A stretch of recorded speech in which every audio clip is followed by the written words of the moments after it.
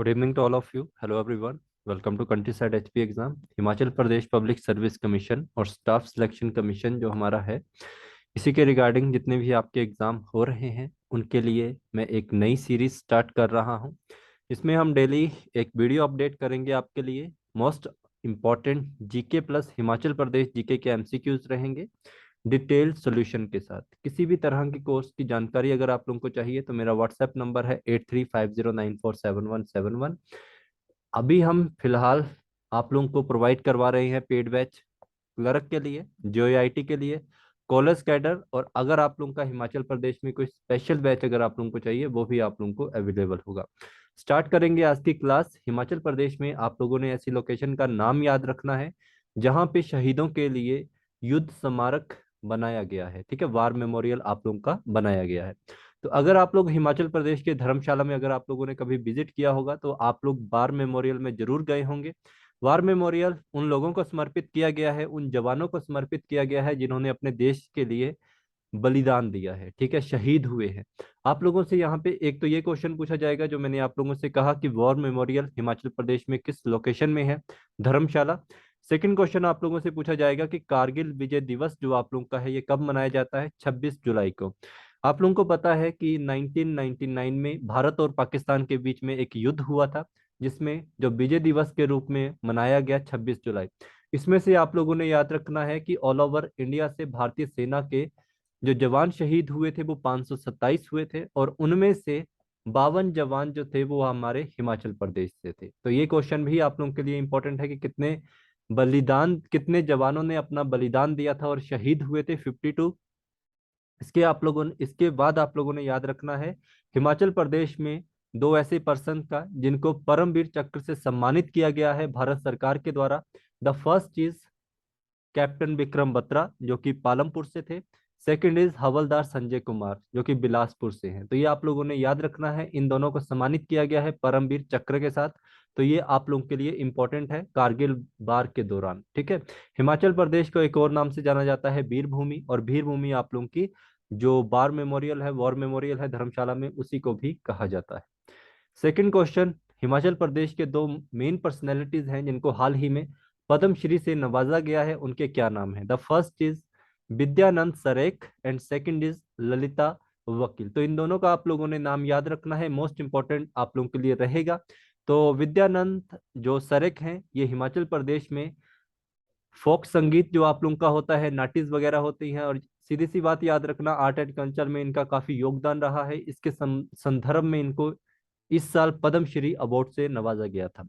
और ललिता वकील जो हैं इनको भी आर्ट एंड कल्चर के ही लिए इनको सम्मान दिया गया, और स्पेशल पूछा जाए तो चंबा रुमाल के लिए, चंबा रुमाल की डेवलपमेंट के लिए इनको पद्मश्री से नवाजा गया है।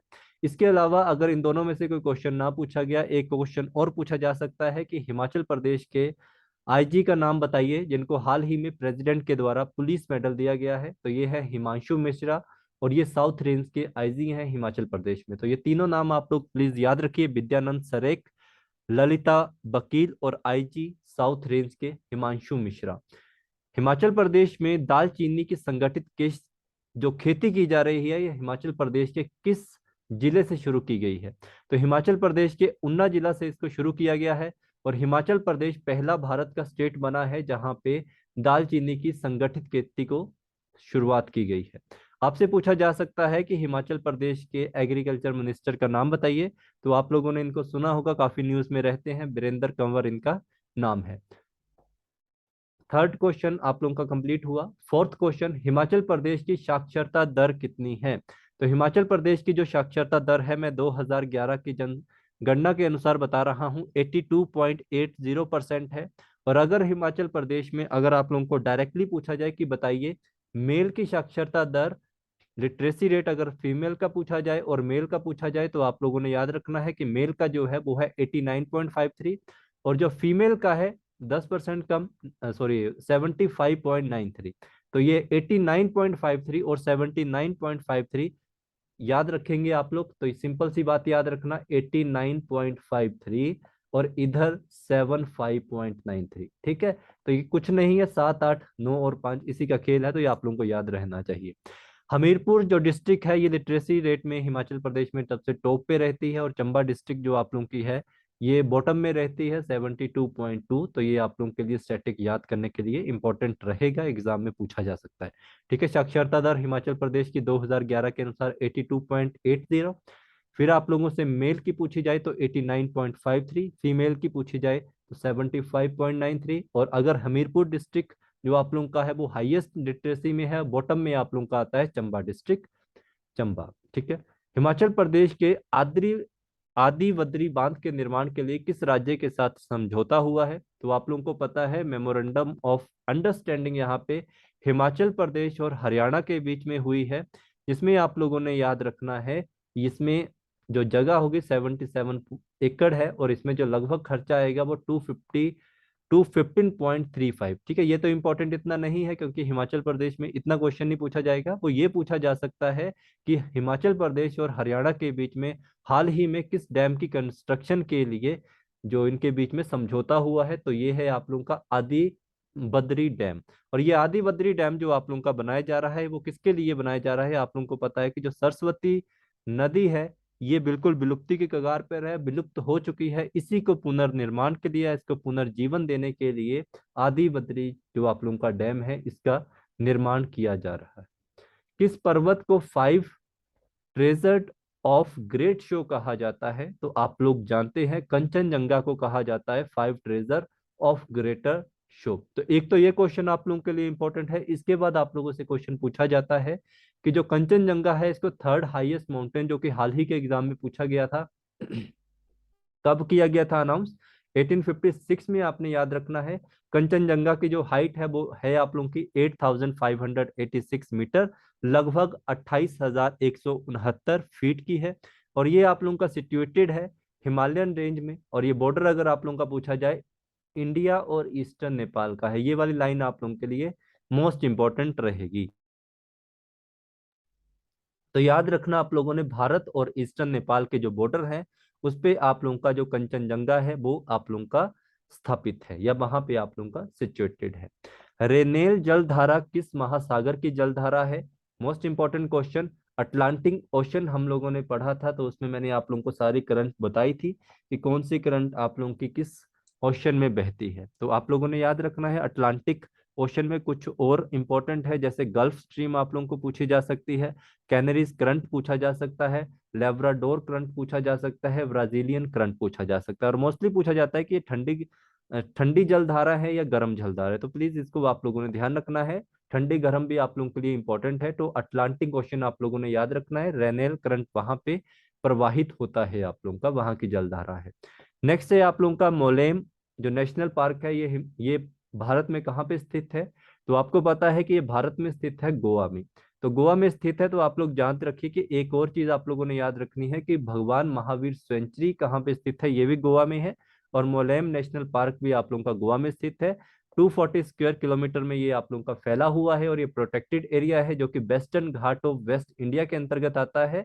और ये आप लोगों ने याद रखना है दार बंदोरा ताल्लुक है गोवा स्टेट की, वहां पे ये पूछा जाता है। देखो गोवा स्टेट का अगर एग्जाम दे रहे हो तब तो ये इंपॉर्टेंट है, आप लोगों के लिए वैसे इंपॉर्टेंट नहीं है। आप लोगों ने सिर्फ याद रखना है कहाँ पे स्टेब्लिश है, गोवा में है आप लोगों का। और ईस्टर्न बॉर्डर आप लोगों का टच होता है कर्नाटका का। ज्योग्राफी का क्वेश्चन बन सकता है, बट चांसेस है ना बने क्वेश्चन आप लोगों के लिए, एचएस वगैरह में बनेगा बट बेसिक एग्जाम में आप लोगों का नहीं बनेगा।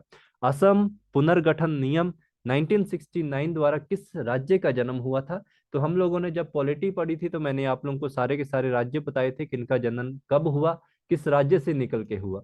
तो आप लोगों ने याद रखना है कि जो असम रिकॉग्नाइजेशन एक्ट 1969 है, इससे जन्म हुआ था मेघालय का। तो मेघालय जो आप लोगों का था ऑटोनोमस स्टेट बना था 1972 में, और ये असम से अलग हुआ था। इसके बाद इनकी अपनी काउंसिल ऑफ मिनिस्टर बनी थी।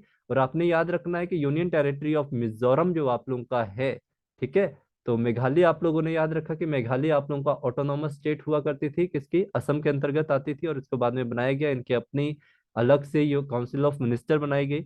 यूनियन टेरिटरी ऑफ मिजोरम और आप लोगों ने अरुणाचल प्रदेश याद रखना है, ये भी आप लोगों की असम की टेरिटरी से ही अलग होकर बनी थी। पृथ्वी तथा पुरानी चट्टानों की आयु का पता लगाना अगर आप लोगों ने है कि अगर आप लोग age of the earth and order rocks जो होती हैं, आप जानना चाहते हैं कि इनकी उम्र कितनी है, कितने साल, कितने हजार, कितने लाख साल पुरानी है, तो उसके लिए कौन सी टेक्निक का प्रयोग किया जाता है, कौन से तत्वों का प्रयोग किया जाता है। तो उसमें जो तत्व का प्रयोग किया जाता है, जो एलिमेंट्स यूज किए जाते हैं, वो किए जाते हैं कार्बन एंड पोटेशियम। तो आप लोगों ने याद रखना है कि ये जो आप लोगों की रेडियो मैट्रिक डेटिंग होती है, इसी से पता चलता है कि जो हमारी चट्टाने हैं या हमारी जो पृथ्वी है या अन्य चीजें हैं वो कितने साल पुरानी है। तो इनमें कौन कौन सी चीजें यूज होती है, मोस्टली कार्बन और पोटाशियम। जब भी बात होगी पुरानी चट्टान और पृथ्वी की, यूरेनियम भी यूज होता है और अदर एलिमेंट का प्रयोग किया जाता है ताकि उनकी एग्जैक्ट डेट का पता चल सके कि कितने साल पुरानी है। ठीक है। नेक्स्ट है, कौन सी बीमारी से कोयले की खदानों में जो काम करते हैं, ठीक है, life span of the working in the coal mines, तो इससे कौन सी बीमारी हमारी जो होती है वो पैदा होती है।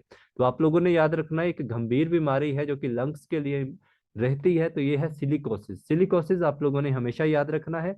सिलिकोसिस को ब्लैक लंग डिसीजेज भी कहा जाता है।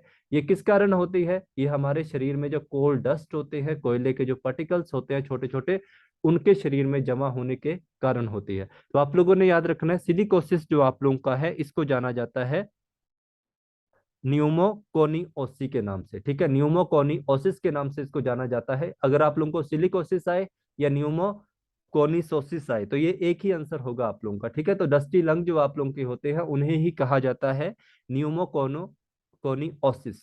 ठीक है, तो इसमें क्या रहता है, आप लोगों को इम्पेयरमेंट होती है, डिसेबिलिटी आप लोगों को आती है, प्री मेच्योर डेथ हो जाती है जवानी में ही। The two main types of pneumoconiosis जो आप लोगों का होता है, ये मोस्टली होती है आप लोगों के जितने भी माइनर्स होते हैं जो कि कोल्स या कोयले की खदानों में काम करते हैं, उनमें ही पाई जाती है, और इसको सिलिकोसिस के नाम से भी जाना जाता है। ठीक है, इसे ब्लैक लंग के नाम से भी जाना जाता है, जो कि मोस्टली किसमें आती है, आप लोगों की कोल माइनिंग में काम करने वालों में रहता है। तो आप लोगों से अगर कोई भी क्वेश्चन आ जाए, चाहे वो आप लोगों का न्यूमोकोनियोसिस के ऊपर हो, चाहे वो आप लोगों का सिलिकोसिस के ऊपर हो, चाहे वो आप लोगों का ब्लैक लंग के ऊपर हो, तो आप लोगों ने याद रखना है, जो भी मजदूर या जो भी पर्सन जिस तरह के भी हैं जो कि कोल माइंस में काम करते हैं, उनको ही इस बीमारी से जूझना पड़ता है। ठीक है। नेक्स्ट क्वेश्चन, जो आप लोगों का गोभी होता है, गांठ गोभी होता है, उसको उगाने के लिए जो किस मृदा की आवश्यकता होती है वो कौन सी होती है, लोम सॉइल्स। ठीक है, तो मृदा के ऊपर हम लोगों ने डिटेल में ऑलरेडी पढ़ चुके हैं, वहां पे मैंने ये सारी चीजें आप लोगों को बताई है। बट आप लोगों ने याद रखना है कि जो आप लोगों का लम्प कैबेज होता है, उसके लिए जो मोस्ट फेवरेबल सॉइल होती है वो लॉम सॉइल होती है। नेक्स्ट इज, पुष्टि मार्ग के दर्शन की स्थापना किसने की थी, who founded the philosophy of पुष्टि मार्ग। पुष्टि मार्ग जो आप लोगों का था, इसकी स्थापना की गई थी भल्लवाचार्य के द्वारा। तो आप लोगों ने याद रखना है, पुष्टि मार्ग के ऊपर क्वेश्चन आते हैं कि इसको किस और नाम से जाना जाता है, ज्यादा टफ नहीं है, पुष्टि मार्ग संप्रदाय के नाम से या बल्लवा संप्रदाय के नाम से। ठीक है, तो ये विष्णु जो आप लोगों के है वैष्णविज्म को उसको सपोर्ट करते थे, और कृष्ण की जो आप लोगों की उसके ऊपर फोकस इन्होंने ज्यादा किया है। तो ये फाउंडेड की गई थी 16 सेंचुरी में भल्लवाचार्य के द्वारा। डेट आप लोग याद रख सकते हैं, इंपॉर्टेंट नहीं है क्योंकि ये पूछी कम जाती हैं। तो ये फोकस इनका मोस्टली किसके ऊपर था, साफ ही पता लग रहा है कि वैश्वनिज्म के ऊपर होगा, तो कृष्णा का रिलेशन इसमें होगा, तो फोकस किया गया था कृष्णा के ऊपर। आगे आप लोगों ने याद रखना है, गोसाई दत्त मूल नाम किस रचनाकार का था। अगर आप लोग पीजीटी हिंदी में जा रहे हैं, या आप लोग कॉलेज कैडर में जा रहे हैं, या आप लोगों का एलाइड एचएएस या एनटी का मेंस है जिसमें हिंदी आती है, तो वहां पे आप लोगों ने सुमित्रानंद पंत का नाम जरूर सुना होगा। सुमित्रानंद पंत थे, इनको बचपन में गोसाई के नाम से जाना जाता था, और इन्होंने अपना नाम बाद में चेंज किया था, सुमित्रानंद के नाम से फेमस हुए थे।